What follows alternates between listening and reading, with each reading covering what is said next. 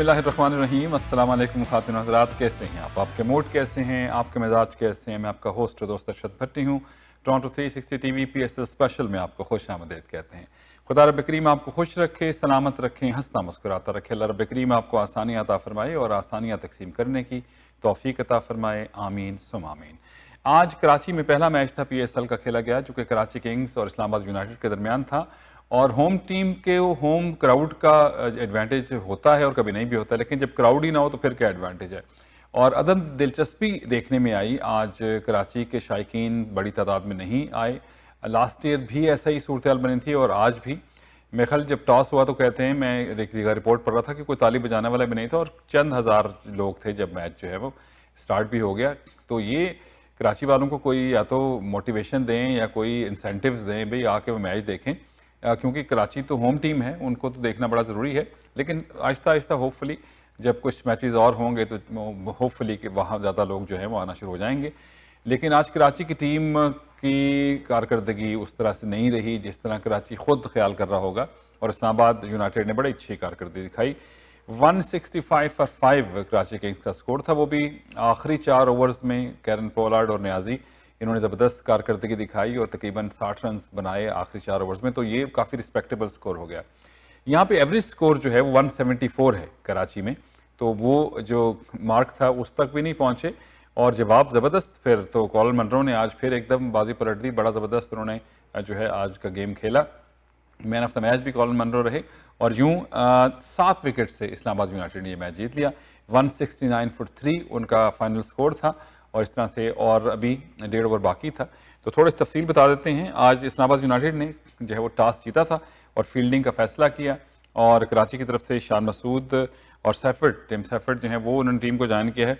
उन्होंने अपनी इनिंग्स का आगाज़ किया, मोहतात खेले। और शान मसूद शायद उनका ख्याल था कि वो एक एंड संभाले रखें और आखिर में अगर प्लेयर्स आउट भी होते हैं तो वो उस तक खेलते रहें। लेकिन एक ज़बरदस्त बॉल हनैन की और उन्होंने बोल्ड किया उन्हें और 27 रन उन्होंने बनाए। हुनैन शाह ने उनको बोल्ड किया। 30 बॉल्स उन्होंने खेली। टिम साइफर जो हैं उनको आज़म खान ने स्टंप किया ज़बरदस्त। आज उनकी विकेट कीपिंग भी बहुत अच्छी थी आज़म की, 8 रन वो बना सके। और इसके अलावा ल्यूस ट्यूपल है वो आगा सलमान ने उनको बोल्ड किया, 24 रन बनाए। उनका भी शायद पहला मैच था आज। शोएब मलिक हालांकि बहुत ही एक्टिव और स्मार्ट क्रिकेटर हैं, कम रन आउट होते हैं, लेकिन जाहिर है फिर रिस्क जो लेता है बाज़-औक़ात वो रिस्क जो है वो नहीं करता। वापस नहीं आ सके रन के लिए, गए बाहर निकले फिर वापस आते हुए। और पहले तो अंपायर ने शायद उसका रिव्यू नहीं लिया, लेकिन आज़म खान के शायद या प्लेयर्स के एक दफ़ा फिर जो है कहने पे जब रिव्यू लिया गया तो वो फिर रन आउट उसमें थे, बिल्कुल मार्जिनली रन आउट हुए और वो सिर्फ 6 रन बना सकें। कैरन पोलार्ड एज यूजुअल आज भी बहुत ज़बरदस्त, 28 बॉलों पे 48 रन उन्होंने बनाए, 2 चौके और 1 छक्का। और मोहम्मद नवाज़ आज फिर जो है ज़्यादा अच्छी कारकर्दगी ना दिखा सके, सिर्फ 6 रन बना सके। इरफान खान नॉट आउट रहे, उन्होंने 27 रन बनाए। और यूं एक्स्ट्रास 19 थे। काफ़ी वाइड बॉलिंग, 11 वाइड बॉलें इस्लामाबाद यूनाइटेड ने जो आज कराई हैं, जिसमें 4 बाई के रन थे, लेग बाई के दो नो बॉल्स भी थी और वाइड के 11 रन थे। 20 ओवर्स में 8.25 की रन रेट पे 165 रन कराची की टीम जो है वो बना सकी। अमाद वसीम ने 4 ओवर्स में 20 रन दिए, 1 विकेट। अच्छी आज उनकी बॉलिंग थी। नसीम शाह ने 4 ओवर्स में 29 रन दिए, 1 विकेट उन्होंने ली। रोमान रईस आखिरी ओवर्स में उनको जो है वो काफ़ी आखिरी ओवर में शायद 20 रन उनके बन गए थे। 4 ओवर्स में उन्होंने 45 रन दिए, कोई विकेट नहीं ली। आगा सलमान के 2 ओवर्स में 17 रन बने, 1 अहम विकेट उन्होंने ली। शादाब खान ने 3 ओवर्स में 18 रन दिए, विकेट उन्होंने कोई नहीं ली। और हुनैन शाह ने 3 ओवर्स में 30 रन दिए और 1 विकेट ली। और उसके बाद जब बारी थी इस्लामाबाद यूनाइटेड की, उनके ओपनर ही कमाल के हैं, लेकिन एक जब बैटिंग करने के लिए आए थे एलेक्स हेल्स, वो एक कैच लेते हुए उनकी टक्कर हुई थी तो उनको चोट लग गई थी। वो एहसास स्टार्ट में तो हुआ कि वो उनको मुश्किल हो रही थी थोड़ी सी दौड़ने में भी और पेन का एहसास भी हो रहा था, लेकिन पहली विकेट में 100 की पार्टनरशिप थी। 108 पे पहली विकेट गिरी। Colin Munro, LBW Mohammad Nawaz 82 run बनाए 47 बॉल्स में, 8 चौके और 4 छक्के। और यही मेन इनिंग्स थी जिसकी वजह से इस्लामाबाद यूनाइटेड आज मैच जीतने में कामयाब रही। एलेक्स हेल्स ने 47 रन बनाए और हसन अली ने उनको आउट किया। आगा सलमान 25 रन बनाकर नॉट आउट रहे। अमाद वसीम आज शमसी ने उनको जो है आउट किया, वो कोई रन न बना सके, और शादाब खान ने 10 रन बनाए, वो नॉट आउट रहे।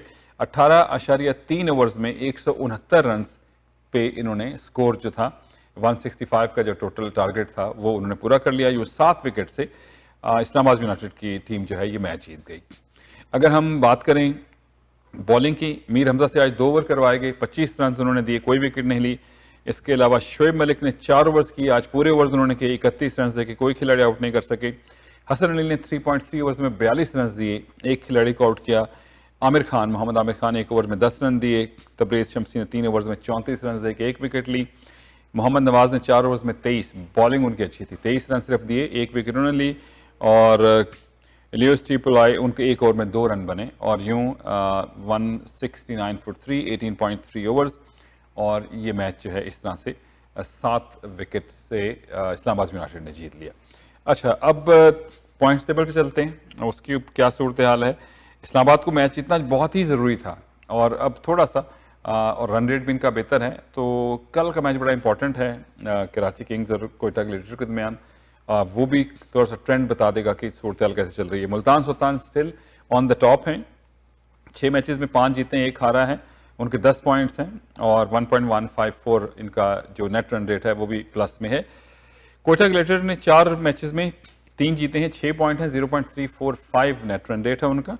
पेशावर ज़ल्मी 5 मैचेस में 3 जीते हैं, 2 हारे हैं, उनके भी 6 पॉइंट हैं, -0.285 उनका रन रेट है, net run rate. Islamabad United 5 match खेले हैं, 2 उन्होंने जीते हैं, 3 हारे हैं, प्लस में उनका रन रेट है 0.108। कराची किंग्स के भी गो के 4 पॉइंट्स हैं, 4 मैच खेले हैं, वो 2 जीते हैं और 2 हारे हैं, जिनका नेट रन रेट जो है -0.527। लाहौर कलंदर को अभी भी पहली जीत का इंतज़ार है, 6 मैचेस में वो 6 के 6 हारे हैं, और -0.948 इनका जो है वो रन रेट है। अजनाब, आज जैसे मैंने प्रोग्राम के आगाज़ में कहा कि आई डोंट नो कराची में क्यों, हालांकि इतना क्रिकेट को पसंद करने वाले लोग हैं, लेकिन वहाँ PSL के मैचेस में लास्ट ईयर भी ये देखने में आया था कि लोग कम आते हैं, और आज भी बहुत कम आए, और काफ़ी दिलचस्पी लगता नहीं है लोगों की। आई डोंट नो, इसके ऊपर थोड़ा सा काम इंतज़ामिया को करना चाहिए।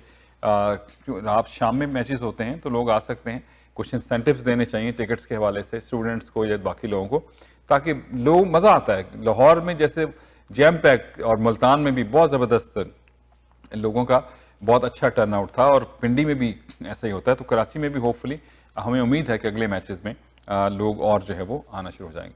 आज मोहम्मद आमिर ने आज शिकायत की थी, और कोयटा ग्लेडिएटर्स के खिलाड़ियों के बॉक्स में से उनकी फैमिली को, उमर अमीन और मोइन खान साहब की फैमिली को डिप्टी कमिश्नर मुल्तान ने जो कहा कि आप यहाँ से चले जाएं, मैं ग्राउंड का मालिक हूँ, जो रिपोर्ट हुआ कि मैं इस ग्राउंड का मालिक हूँ, आप यहाँ से चले जाएँ, उनको यहाँ से निकलना पड़ा। फिर उसके बाद जो कोयटा ग्लेडिएटर की इंतजामिया थी, उन्होंने सख्त उस पर एहतजाज भी किया था, फौरी नोटिस नहीं लिया।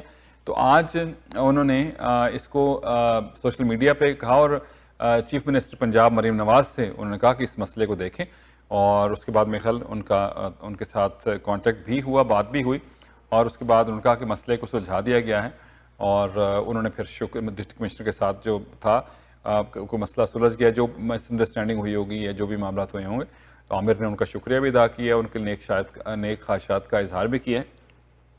ये जो मैचेस होते हैं इसमें आपको पता है कि बहुत जो VVIPs के इनक्लोजर्स बने होते हैं, बहुत सारी चीज़ें होती हैं, तो वहाँ पे जो ताकतवर आदमी है वो अपने लोगों को कॉम्पनसेट करता है। डिप्टी कमिश्नर जो है वो मालिक होता है शहर का, तो वो कुछ भी, लेकिन इज़्ज़त नफ्स बड़ी इंपॉर्टेंट तरीन चीज़ है। प्लेयर्स हैं, प्लेयर्स की फैमिली भी उतनी ही काबिल एहतराम है जिसका कोई भी और है, और अगर उनकी फैमिलीज गई हुई तो उनको ज़्यादा टेक केयर जो है वो करने की ज़रूरत होती है। तो वहाँ पे इस किस्म के जो मामला होते हैं वो बाद में फिर ज़ाहिर है आपको उसका फिर, आजकल सोशल मीडिया का दौर है, कोई चीज़ छुपी तो रहती नहीं है, चीज़ें सामने आ जाती हैं। तो डिप्टी कमिश्नर साहब को शायद उसका एहसास भी, उस वक्त शायद इंसान गुस्से में बहुत कुछ फैसले करता है, लेकिन इन चीज़ों का एहसास करना चाहिए। रेपुटेशन जो है वो मुल्क की भी इससे जो है वो होती है, और ज़ाहिर है ब्यूरोक्रेसी को इस हवाले से फिर जो है वो बातों का सुनना पड़ता है, तनकीद का सामना करना पड़ता है, लेकिन छोटे छोटे मामला जो हैं उसको बाहर जाने से पहले ही मेरे ख्याल हल कर लेना चाहिए, और सबको कॉम्पनसेट जो है ज़रूर करना चाहिए। और ये बात अगर हुई है, मुझे नहीं पता, क्योंकि रिपोर्ट ये हो रही है कि मैं इस शहर का, इस ग्राउंड का मालिक हूँ, बहुत ही अजीब सा लगता है। तो गुस्से में तो आप इंसान कह सकते हैं, फ़ख्र इस बात पर नहीं करना चाहिए, क्योंकि खुदा ने अगर आपको इज़्ज़त दी है तो ये तकाजा उस इज़्ज़त का ये भी है कि आप लोगों के साथ हम्बल हो जाएं, लोगों को बेहतर तौर पर ट्रीट किया जाए। अब उनका अपना पॉइंट ऑफ व्यू तो ज़ाहिर है जब आएगा तो आएगा, क्योंकि बाज़ का सोशल मीडिया पे ऐसी ऐसी बातें आ जाती हैं जिसका हकीकत से ताल्लुक़ नहीं होता है। जो रिपोर्ट हुआ, मैं इसलिए कह रहा हूँ कि जो रिपोर्ट हुआ उसके मुताबिक ये बात कर रहा हूँ। लेकिन चलिए अच्छा हो गया, मामला जो है वो सुलझ गया और चीज़ें जो हैं वो बेहतरी की तरफ चली गई। एक और बल्कि आज मैं देख रहा था कि मोहम्मद आमिर ने ये भी कहा कि बाबर से तो मेरी कोई दुश्मनी है, मैं जो कुछ बोलता हूँ पाकिस्तान के लिए बोलता हूँ। कल की इनिंग्स बहुत ज़बरदस्त, आमिर ने कहा कि बाबर ने बहुत अच्छा खेला, कल ज़बरदस्त इनिंग्स थी, ऐसी इनिंग्स पाकिस्तान के लिए भी होनी चाहिए इसी तरह से, तो अच्छी बात है। मेरा ख्याल है बाज़ वक्त बहुत छोटी छोटी चीज़ें होती हैं जो अना का मसला बन जाता है, प्लेयर्स में भी अना का मसला बन जाता है। आमिर को क्योंकि अब टीम में वो नहीं है, उन्होंने रिटायरमेंट ले ली थी, अभी बहुत से लोगों का ख्याल है कि उनको टीम में वापस आ जाना चाहिए, लेकिन लेट्स सी, देखें क्या सूरत हाल बनती है। माद वसीम के साथ भी यही सूरत हाल रही है। मेरे ख्याल है जो सेलेक्टर्स होते हैं और जो टीम मैनेजमेंट होती है, कप्तान का बहुत ज़्यादा ज़ाहिर अमल दखमल रहता है, लेकिन उसके बाद चीज़ों को मेरे ख्याल ये अना ही है, इंसान की जो अना जो है बात कर इंसान को जो है वो बड़ा नुकसान पहुंचाती है, जीने नहीं देती। तो अना जो है इससे थोड़ा सा महल परहेज़ ही लोग करें तो बेहतर है। थोड़ा सा क्रिकेटर्स की भी जो लाइफ है वो 10-15 साल की अब तो रह गई है, पहले थोड़ा ज़्यादा खेल लेते थे तो आपस, और फिर आज के लीग्स हैं, पैसे का कोई मसला है नहीं है, प्राइड तो मुल्क के लिए खेलना होता है, पाकिस्तान के लिए खेलना ही होता है। लेकिन मेरे ख्याल में अगर कहीं कहीं गलत फहमी हो तो ये बड़ों का काम है। मोहसिन नकवी साहब अब आए हैं, उनको चीज़ों को बेहतर जो है वो करना चाहिए, और आपस में इख्तलाफात अगर प्लेयर्स के हैं तो उसको मेरे ख्याल अपनी जो है अफ़ाम तमीम से उसको भी ख़त्म कर देना चाहिए। आमिर अच्छा है, खेल रहे हैं, ठीक है, जो मसले मसाइल हुए हो गए, माजी का हिस्सा बन गए हैं। बहुत से लोगों का ख्याल है कि नहीं, वो एक ऐसी बात हो गई थी जिसके ऊपर फिर बात आगे नहीं चलनी चाहिए। हफीज़ का और बाकी लोगों का एक अपना पॉइंट ऑफ व्यू है, लेकिन कारकर्दगी अच्छी है तो मेरे ख्याल थोड़ा सा लेवरेज जो है वो दे ही देना चाहिए। अच्छा जनाब, कल एक और इम्पॉर्टेंट मैच है और back to back 2 matches Karachi के हो जाएंगे। कराची किंग्स का कल मुकाबला कोयटा ग्लैडिएटर से है और 7 बजे पाकिस्तान का वक्त, हमारे सुबह 9 बजे मैच शुरू होगा। ये मैच अगर कराची किंग्स हार जाती है तो फिर उनके लिए मुश्किल हो सकती है, क्योंकि 4 टीमों ने आगे जाना है और उनका भी ये कराची किंग्स का 5वां मैच होगा, क्योंकि बाकी टीमें 6-6 मैच 5-5 मैच खेल चुकी हैं।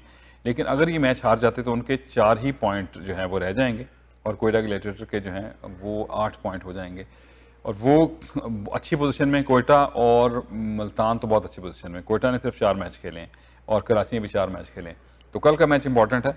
अगर कराची जीतती है तो उसके भी 6 पॉइंट हो जाएंगे। इस्लामाबाद भी 5 मैच खेल के 4 पॉइंट पे आ गई है। लाहौर के बाद एक टीम ज़ाहिर और होगी जो निकलेगी, फिर प्ले ऑफ जाएगा। तो कराची और इस्लामाबाद के लिए, दोनों के लिए जो हैं इक्वल इस वक्त अपॉर्चुनिटीज़ हैं। जो अच्छा खेलेगा वो प्ले ऑफ में चला जाएगा, और कोयटा का जिस किस्म की उनकी कारकर्दगी है वो बहुत अच्छी टीम है और उसको हराना काफ़ी मुश्किल है। तो कोयटा टफ टाइम दे सकती है कराची किंग्स को, और कल का मैच जो है दोनों टीमों के लिए इस हवाले से बहुत इंपॉर्टेंट है कि कोयटा के लिए थोड़ा सा ईज़ हो जाएगा कि वो कंफर्टेबिलिटी आ जाएगी कि भाई अब 8 पॉइंट्स हो गए हैं, और कराची के लिए जो है वो भी गेम में रहेंगे। अगर 4 पॉइंट 2 पॉइंट और उनको मिल जाएंगे, अगर वो हारते हैं तो उनके ऊपर भी प्रेशर जो है वो बहुत ज़्यादा आ जाएगा। तो चलिए जनाब, यहीं पे आज के प्रोग्राम को करेंगे इख्तिताम की तरफ लिए चलेंगे। कल के मैच में इंशाल्लाह ताला जो कुछ भी होगा वो आपको अपडेट देंगे। स्टूडियो जनरल तला भट्टी और अपने मेज़बान अरशद भट्टी को दीजिए इजाज़त। दुआ में रखिएगा याद, हौसला नहीं हारना, बल हौसला भी हारने की चीज़ है। And always follow your heart, क्योंकि सब अच्छे की आवाज़ बशर्ते ज़िंदगी। इंशाल्लाह हमारी आपको मुलाकात अब कल होगी, कल के मैच की रफ्तार के साथ। अल्लाह हाफिज़ और सफर।